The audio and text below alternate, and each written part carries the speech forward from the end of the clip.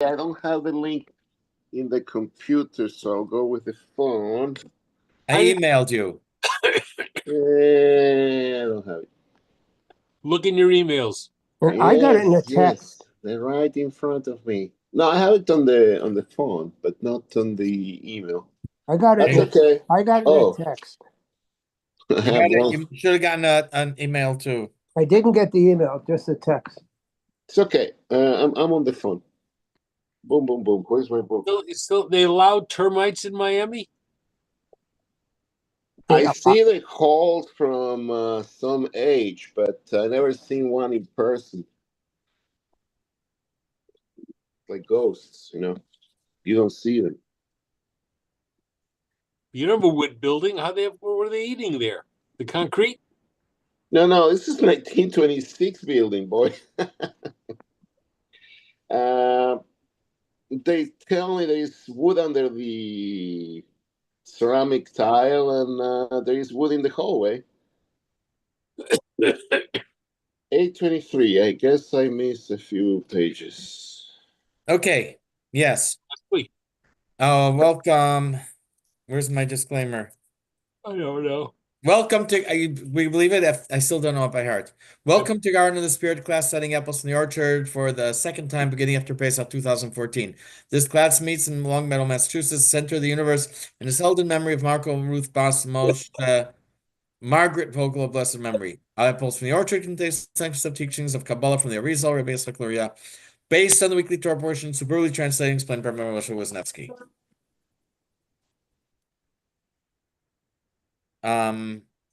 Okay, so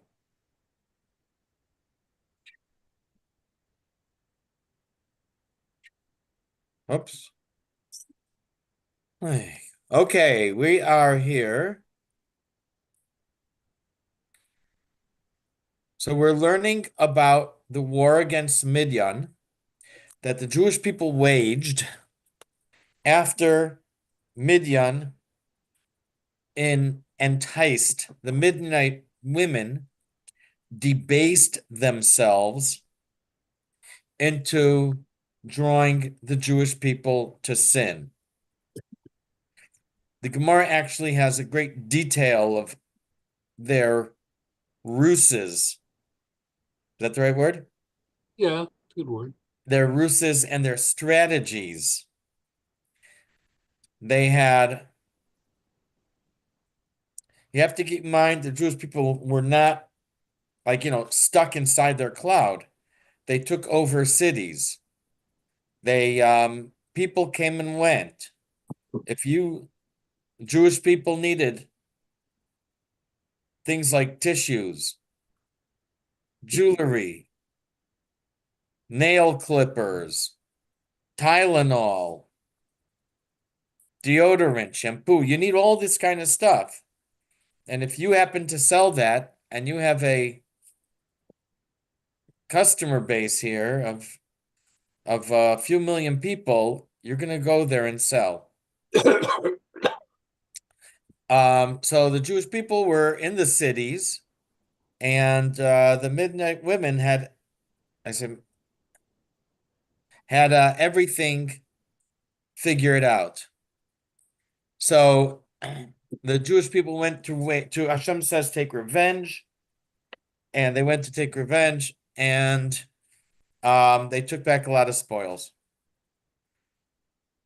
The Torah goes into great detail to describe the spoils. Half the spoils went to the soldiers, half went to the people, to the civilians. From the soldiers' half, 1/500th went to Elazar the Kohen Gadol. This is after Aaron died. From the civilians' half, 1/50th went to the Levites. We asked a series of questions. Question B, by the share of the soldiers, it says Echad Nefesh Mechamesh Hameos, one living being, a Nefesh of 500. By the share of the civilians, it says Echad Achuz Minachamishim, one drawn or one portion of 50. When we see that Elazar got from the soldiers 1/500th, which is 0.2%, and the Levites got 1/50th from the people, 2%.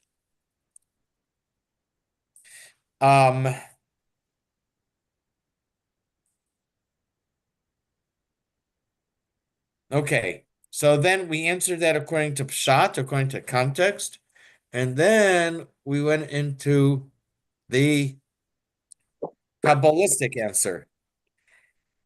And in the Kabbalistic answer, we said that the 4 letters of Hashem's name correspond to the 10 spheres, or differently to the Partsuf profile. The first letter of Hashem's name, Yud, corresponds to Abba, which is also Chachma. The first Hey of Hashem's name corresponds to Ima, which is also Bina. That's father and mother. Father and mother get married, and then they produce offspring. In this case, the offspring is Ze'er Anpin, which we know as the 6 spheras from Chesed to Yesod. Ze'er Anpin.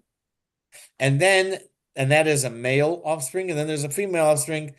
Nukva means the female. And that is the Malchus.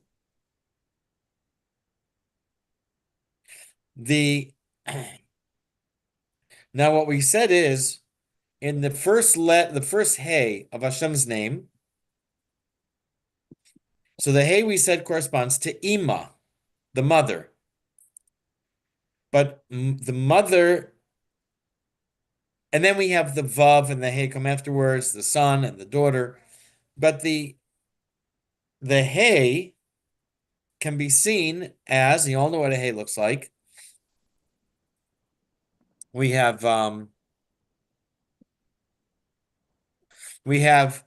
lower left segment of the Hey is similar to a Vav. Vav is 6 and refers to the 6 spheras of Ze'er Anpin.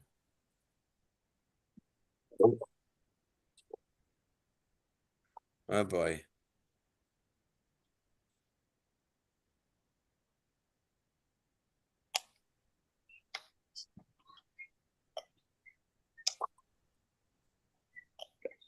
Oh my gosh. Did you change this? Usually, they give you an option here for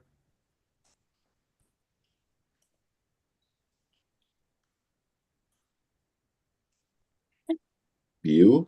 point iPhone. Usually, you have an option to have a whiteboard. Oh. Maybe they took it away, or maybe it's somewhere else. Oh. You were sharing before. I was sharing my document. Um, What if I want to share a whiteboard? There's a whiteboard on the bottom. So I'm on the phone, so if I touch the screen, whiteboard appears on the bottom like that. Huh? It says you cannot use the whiteboard while on screen share, but it's on the bottom of the screen on the phone, not on the computer. Because Whiteboard. All right. there you go. Yeah, welcome to our new whiteboard. Thank you for telling me. I have no patience for all this stuff. So here we go. Pen. Okay. I don't know the letter.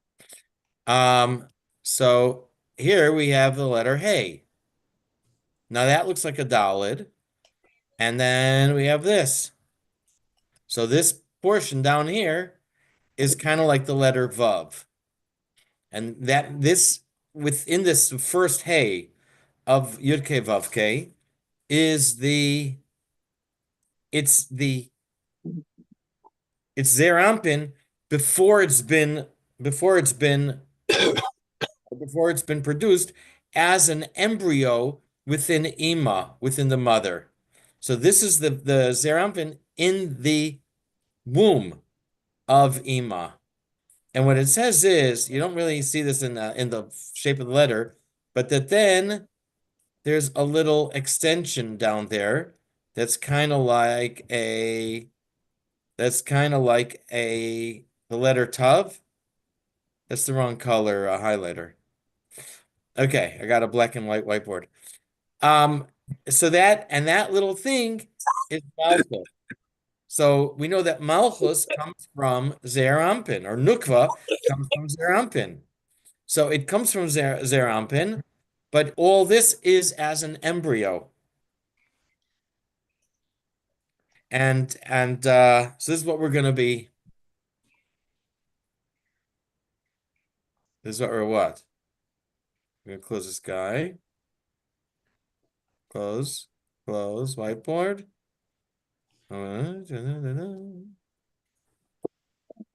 Okay, so that's what we're talking about here. And what else do we have? So now there are two letters, hey, and these two letters, hey, correspond to the spoils. Now, hey is 5, plus hey is 5, gives us 10, which is the yud, the first letter. So this is why they took all the spoils. What do the spoils represent? It says here somewhere. These two severities, the hay and the hay, Bina and Malchus, represents all the spoils that have been captured. They are severities, they're gevuras. And since hay and hay are half of the yud, therefore we split the spoils in half. Half goes to the soldiers and half goes to the civilians.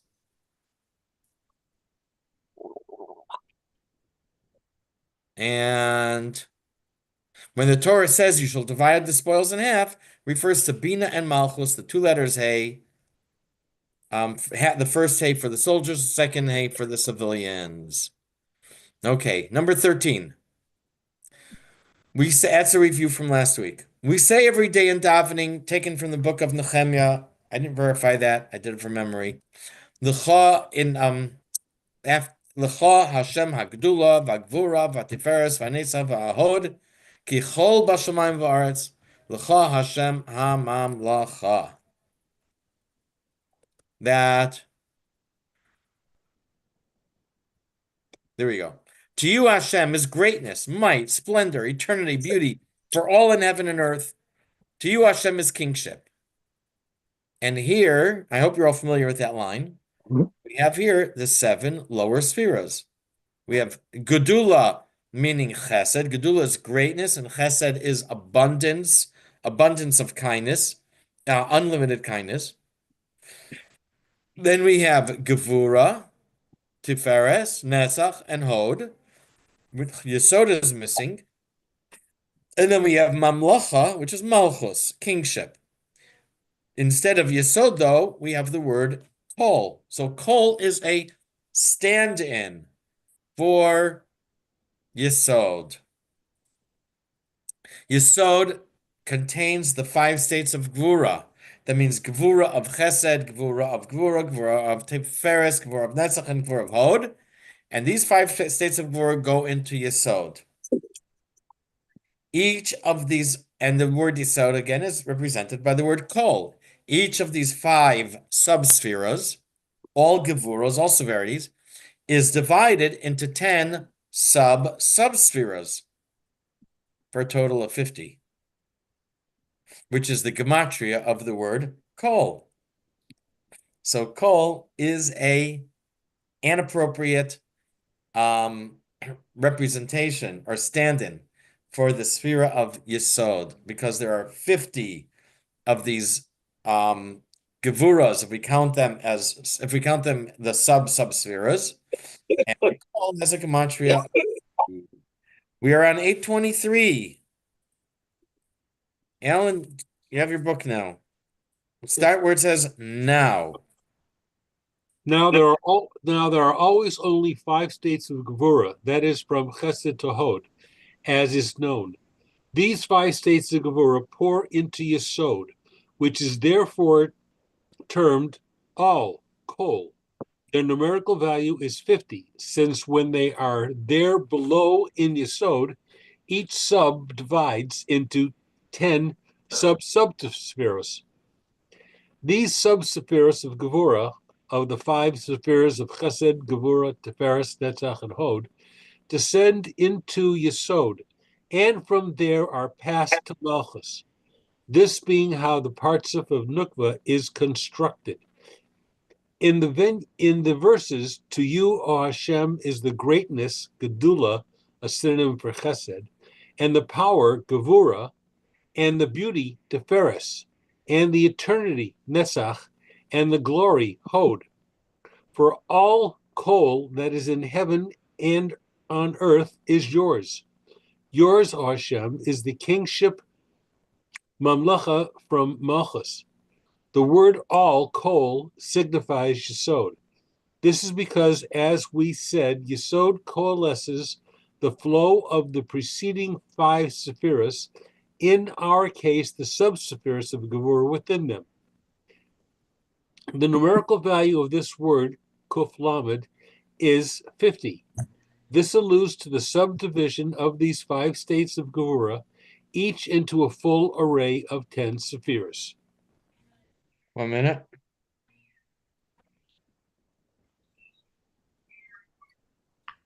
Okay. 14, as these states of Gvura exist in Ima, the first hay of Avaya, they are divided into sub-sephiras, which number 500. 500. As they exist in Ima, before they are produced, they are considered in utero.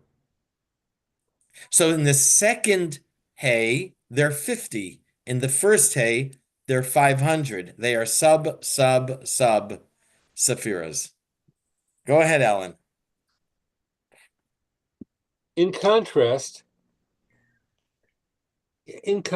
when these states of Gevurah are above in Ima, the upper hay each subdivides into 100 sub-sephiras, giving 500.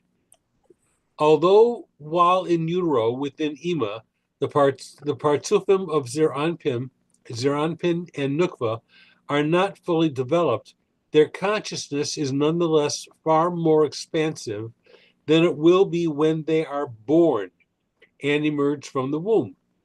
This is because Ima is abstract intellect, while Zeranpin and Nukva are merely the emotional reactions and expression of this intellect. Thus, the sub-sephiros of the sephiros, which will form Zeranpin, Chesed to Yesod, exist in the womb of Ima in a higher level of differentiation and complexity, indicating their superior intensity of intellect there. Each sub-sephira divides into 10 sub-sephiras, and then these 10 further subdivide into 100 sub-sephiras. 15. The soldiers are associated with the first hay Ima, which is divided into 500. 1/500th of the spoils of the soldiers goes to El-Azar. The people, the civilians, are associated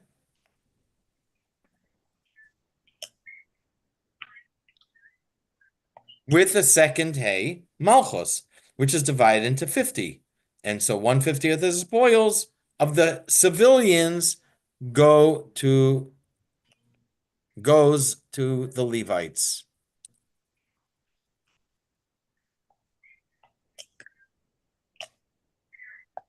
Okay, go ahead, Alan.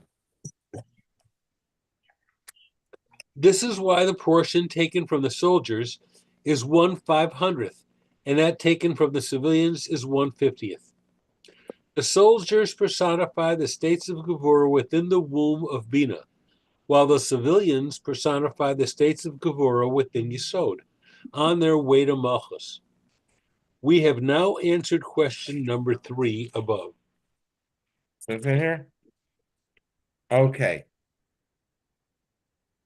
Question 3. well, I call it C. I think was Y 500 goes to Elazar, 1/500th goes to Elazar, and 1/50th to the civilians, to the Levites. Now, number 16. In number 6, we quoted the Gemara that taking long strides diminishes a person's eyesight by 1/500th. A long stride is a reference to Malchus. What? Give me a second, please.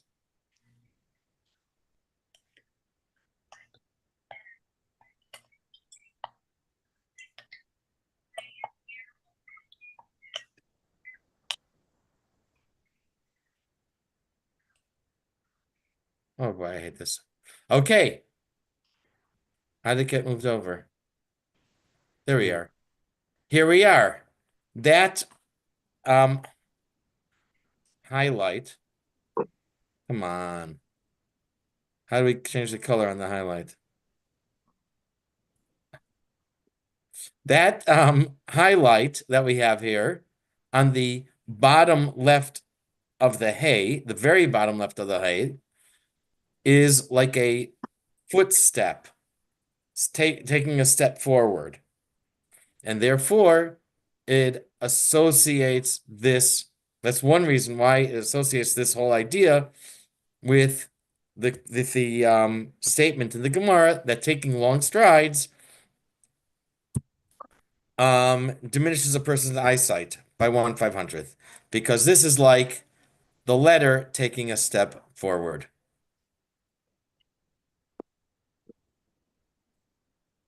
Okay, let's shut down. Back to there we.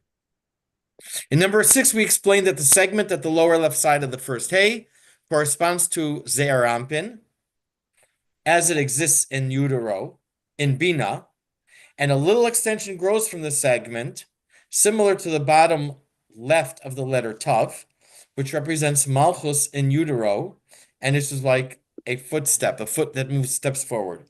Even as it exists within the womb of Ima, their Anpin is considered the husband of Malchus. The heir Anpin is the man who loses 1/500th to the long stride, or the foot of the letter Hey that takes a step forward, representing Malchus. The Ze'er Anpin is losing 1/500th to Malchus, to that long stride. Go ahead, Alan, 824. Now, Malchus is referred to the wide step, as we mentioned. Malchus is the projection of the lower end of the small vav, which indicates Ze'er Anpin, of the hay. Since this projection extends outward, it is called the wide step, outward from the hay. Go ahead. This wide step diminishes man's eyesight by 1/500th. Man refers to Ze'er Anpin. He is considered the husband of Malchus, for she receives her light and beneficence from the above-mentioned soldiers, from him and through him. This occurs when they are both above, within the womb of Ima. As we said, the 5 states of Gevura in the Sephiros of Ze'er Anpin, as it exists in utero within Ima, each undergo 2 tenfold iterations, giving 5 times 10 times 10, which equals 500 substates. Thus, Ze'er Anpin at this stage may be said to possess 500 parts of life force or eyesight. Malchus at this stage receives one portion of these 500, and may thus be said to reduce Ze'er Anpin's life force or eyesight by 1/500th. All right. Thank you. 17. Now, the 4 letters of Hashem's name correspond to the 4 lower levels of the soul. The first letter Yud corresponds to Chaya, the second highest. The second letter Hey corresponds to the third highest neshama. The third letter Vav corresponds to the fourth highest Ruach. And the last letter Hey corresponds to the lowest nefesh. The highest level of the soul, Yechida, corresponds to the tip of the Yud in the upper left corner. Thus, the lowest level nefesh also corresponds to Malchus. Apparently, this is especially true for Malchus, as is contained within Ima, the first hay, but perhaps less so for the second hay. This is what it would appear to be. Jim, would you like to continue? Middle of 824. Okay. At this stage, Malchus is called Nefesh based on what we explained elsewhere. And while she is there, she possesses only the name Chavaya spelled out with the letter Hey, which is called Nefesh. The numerical value of the name Chavaya spelled out with the letter Hey is 52. Yud Vav Daled, Hey Hey, Vav Vav, Hey Hey, 10 plus 4, 6 plus 4 plus 5 plus 5 plus 6 plus 6 plus 5 plus 5 equals 52. As we saw above, this spelling out corresponds to the Sephirah of Malchus. Now, the 4 letters of God's name, Kavaya, also correspond to the 5 levels of soul. Letter, upper tip of Yud, is associated with Keser, and the level of soul is Yechida. Letter, Yud, associated with Sephirah Chachma, number 72, and the level of soul, Chaya. Letter Hey, associated with Sephirah Binya, and the spelling of the name Havaya number is 63, associated the level of soul with Neshama. The Vav, associated with the Midot, of Zeran. Letter 45, level of the soul, Ruach. Hey, Malchus, 52, level of soul, Nefesh. Thus the name Havaya, whose numerical value is 52, is associated with the soul level of Nefesh. Now, back in number 1b, we asked why it says Nefesh only by the 1/500th the soldiers gave to Elazar, but not by the portion the people gave to the Levites. Since the soldiers are associated with the first hay, and in the first hay, Ze'er Anpin gives 1/500th to Malchus, the Torah uses the word Nefesh as in one living being, Nefesh, in 500.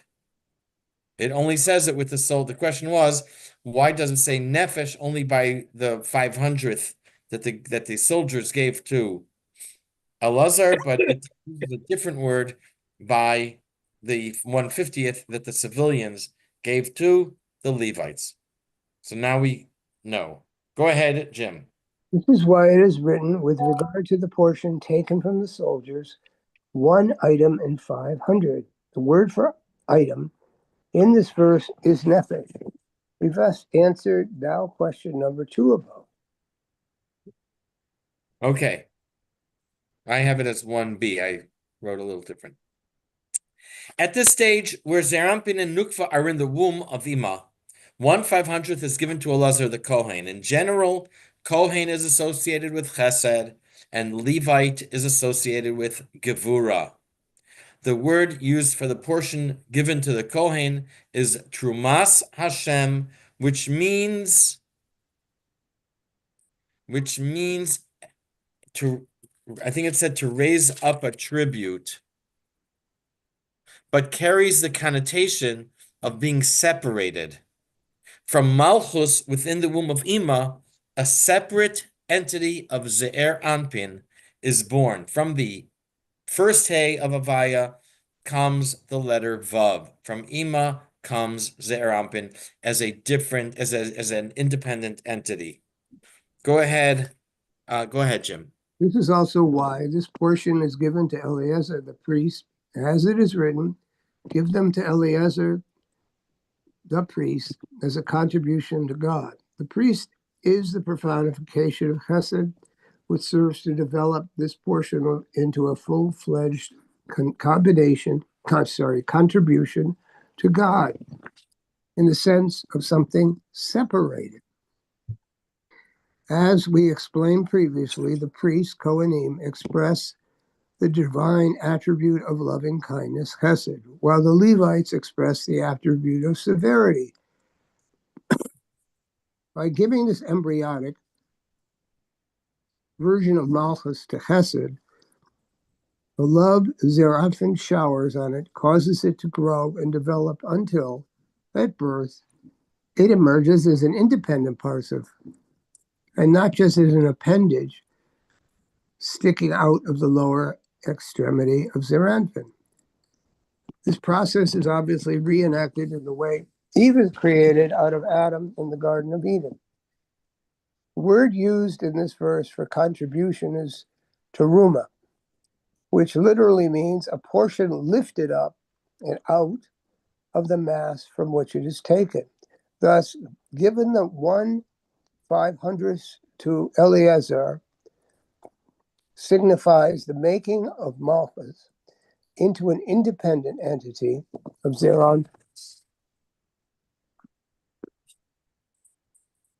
Now, 20.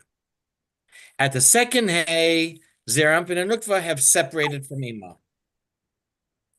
Nukva, they're born. They're not in the womb anymore. Nukva takes from Zeranpin, which corresponds to the Jews, to the civilians, and not the soldiers.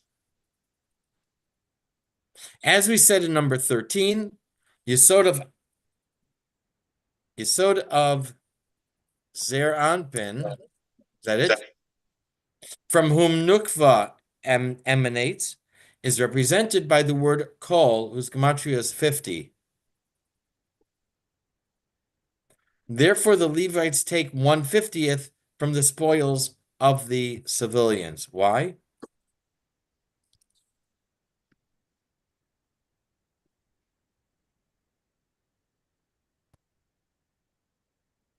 Because this is Yesod. And Yesod is connected with 50. Yesod is made, as we said, from the 5 states of Gvura from the earlier spheres. And it's represented in the pasuk, L'cha Hashem hagdula v'agvura v'atiferes v'anesa v'ahod ki chol b'shamayim u'va'aretz L'cha Hashem ha'malacha. We have Gedula is a code name, refers to Chesed, and Kol refers to Yesod. All the other spheres in the lower 7 are listed. 5 are listed by their name that we know them. And Chesed is written as Gedula, and Yesod is written as Kol, and Kol is 50. And this is talking about what's taken from Kol. This the Zeranpin. Therefore, the Levites take 1/50th from the civilians' share. Okay, go ahead, Jim. In contrast, at the latter stage of her development, when Malchus is depicted as the wide step, protruding from the lower hay, she doesn't take anything from the soldiers, the states of Gevurah within the womb of Ima. She takes only from her husband Zeranpin, who's called Israel. As in the mystical meaning of the verse, before there reigned any king over the children of Israel.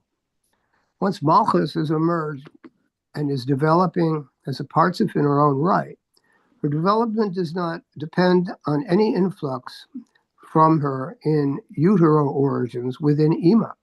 Both she and Zeranpin have severed themselves from the world of intellect and are now developing their own personalities as emotions and expression, respectively. At this stage, Malchus, in the process of becoming fully developed Nukva of Zeranpin, is developed out of Zeranpin, the emotions. The verse quoted here refers to the account of the primordial kings of Eden, Tohu, The world existed prior to the maturation stage of Partsafim. The Partsaf of Zeranpin is called Israel. Okay, and I did not go into that. The kings of Edom. We did have it last week. Now, as you saw in question 1b, the Torah says nefesh, living being, by the portion of the soldiers, but achuz, a share, by the portion of the civilians. The word achuz, and we just explained nefesh. Nefesh refers to the lowest hay, the second hay. And we said that would fit for the stage for the first hay in this case.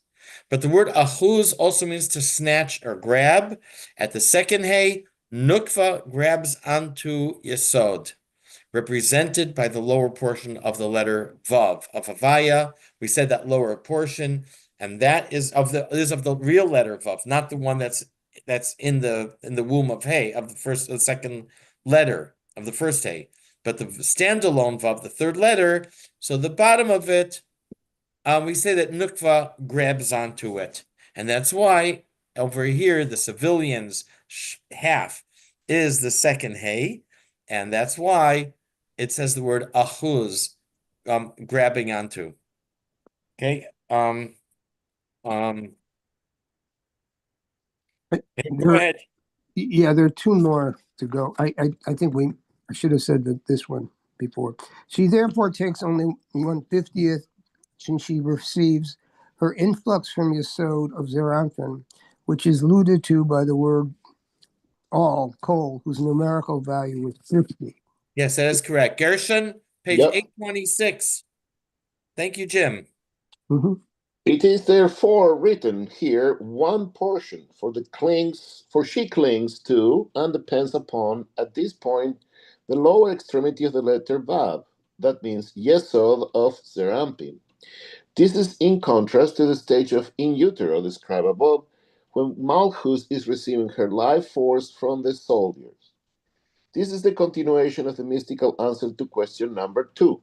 As above, the word for portion here, achus, literally means that which is grabbed, evoking the image of Malchus hanging onto the yesod of Zerampin in order to receive all the influx necessary for her growth and development. This is why Okay, hold on. 22. This is why the people give a share of their spoils to the Levites. Mhm. Levites' service in the Beis Hamikdash involves music and song, elements of expression, which is an attribute of Malchus. Expression is Malchus, and the Levites have their music and song. And that's why it's connected. I said before that usually we compare the Levites to Gevura, the Levium to Gevura. So and Malchus has Gevura in it, as we know. It's a form of Gevura. Okay, go ahead, Gershon. This is why the portion taken from the civilians is given to the Levites. They are the legions of Malchus, the supernal choristers, as is known. While the priests perform their duties in the temple silently, the Levites constitute the orchestra and choir.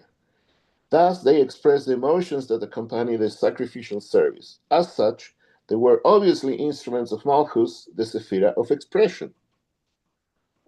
Okay, and 23 and 24. The fourth question was why, by the half share of the civilians, does the Torah add from all the animals? It doesn't say that by the, doesn't have those words by the half share of the soldiers. Mm-hmm. And what he says here, it's only in the Hebrew. He does on the left side. He doesn't translate it. They didn't keep an accurate count of the animals that they gave to the Levites, so it adds the general term from the animals. Before he says different, so I'm not clear on how to reconcile that. 24. Regarding the statement that taking long strides takes away 1/500th of a person's eyesight, it also says the eyesight is restored when a person makes Kiddush Friday night. Adam and Chava were meant to wait until Friday night to have relations. According to some sources, they had relations Friday afternoon, and introduced unholy forces into the world. According to other sources, Adam had relations with Lilith. Okay, you guys, I There probably we go. What? I said, there we go. I know you guys are very happy to meet Lilith again. There we go. Adam had relations with Lilith, a metaphysical creature. Mhm. From this union, evil spirits were produced. This is the eyesight that's lost. In Kabbalah, and I should say that Chabad.org has a really nice, I think Tzvi Freeman has a beautiful article on Lilith. I'd like to share it, and you can read. It's very well done. Mhm. In Kabbalat Shabbat, we say all powers of wrath and all adversaries flee from Shabbat and vanish. No other power reigns in any of the worlds. And that's in the Aramaic part from Zohar that we say. When we recite Kiddush, we banish evil, we restore the holiness, and the person's eyesight is restored. Gershon, go ahead. Let us know. Let us now complete the explanation of the statement of our sages regarding how walking with wide steps diminishes a person's eyesight by 1/500th. They go on to say that this lack is restored when he makes kiddush on Shabbos evening. The mystical explanation of this is as follows.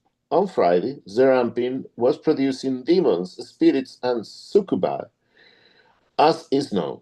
But when the day was sanctified and it became Shabbos evening, he ceased producing forces of evil and coupled with Malchus. It was then that his eyesight returned to him. We are taught that the forces of evil, the demons, etc., were created in the last moments of Friday just before Shabbos. In other words, they were created from the final, lowest, and weakest energies of creation after Hashem's creative power had been spent, so to speak, in creating the holiness of the world. It is for this reason we're instructed to begin Shabbos every week early, for in this way we cut off the source of the power of evil before it has a chance to propagate. Adam and Eve were created on Friday. The usual explanation of the primordial sin is that Adam and Eve engaged in sexual relations before they were intended to. That is, they copulated on Friday afternoon instead of waiting for the holy day of Shabbos. Excuse me, Yeah, Tio. I have to say, I've never heard that before.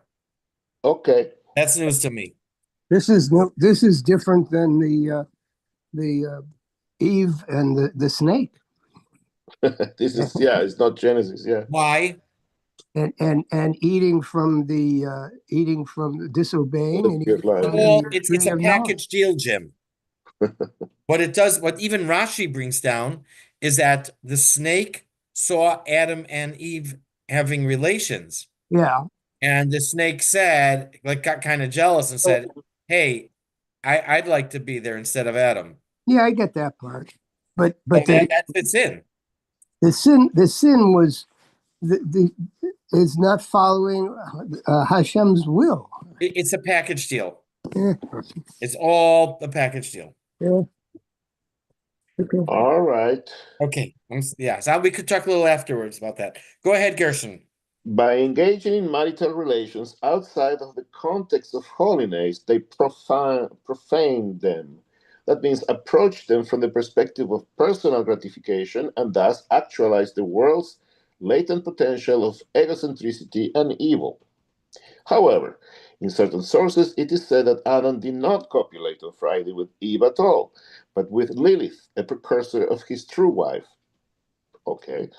She was the personification of egocentricity as exemplified by the fact that she insisted on being on top of Adam during their copulation. Tio, again. Yeah, yeah. I have to say that Breaking news. what? Breaking news. Yes. I probably mentioned this before. I don't think there is a Torah source for this. So this This is last line, Wisniewski. huh? This is Wisniewski just offering his. I I was in touch with him about this idea because we had it back in Bereshis, and he couldn't. I think he validated my concerns. Um, if I'm not mistaken, this idea is from non-Judaic sources or not Torah sources. Sounds like, yeah. But okay. Uh, I actually I Googled it today to look Why? up and it didn't come up and nothing came up. Why? Why what? Why isn't it from Torah sources? Find me the Torah source. But you seem very bothered by this. I grew up in a Because I Catholic don't think there's a country. Torah source for it. What, Gershon? I grew up in a Catholic country. This sounds like that story, the story we heard from the Catholic Church, more than Genesis. Well, yeah, but in Catholicism, the sin is more sexuality, I think. And as I understood it, in Judaism, it's not following Hashem's direction. I think the emphasis was on not following his direction. In Judaism and Catholicism, it's having sex. Well, Well, let's finish. Okay, I'm just I just say Yeah. this point, I don't know. I don't know. And there's a book. Go ahead, Gershon. She does introduce the element of self-awareness into the sublime experience of marital relations and the offspring of their union were the various forces of evil that spread throughout creation. On Shabbos, Adam engaged in marital relations with his true wife, Eve. Adam is the earthly personification of Zer Anpin, and Eve is the personification of Nukba of Zer Anpin. So, this whole episode reflects the spiritual process of creation. As we said, on Fridays, Zer Anpin will produce forces of evil unless we begin Shabbos earlier than the moment it technically begins in order to cut off these forces.